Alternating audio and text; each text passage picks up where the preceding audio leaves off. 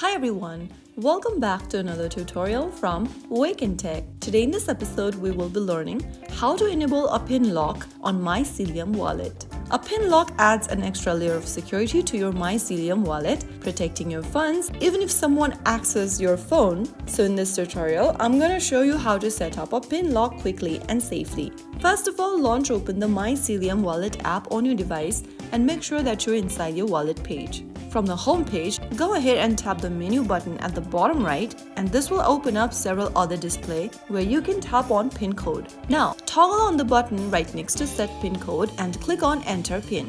Go ahead and set a PIN code by entering it in the text box.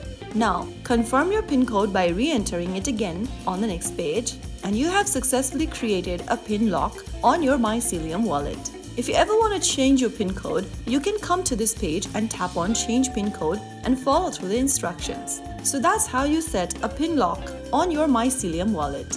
Now once you set the PIN lock, your wallet is protected and the PIN will be required for access or sensitive actions like sending crypto. If you found the video helpful, don't forget to like, share and subscribe to our channel. I will be back again in the next episode. Thank you for watching.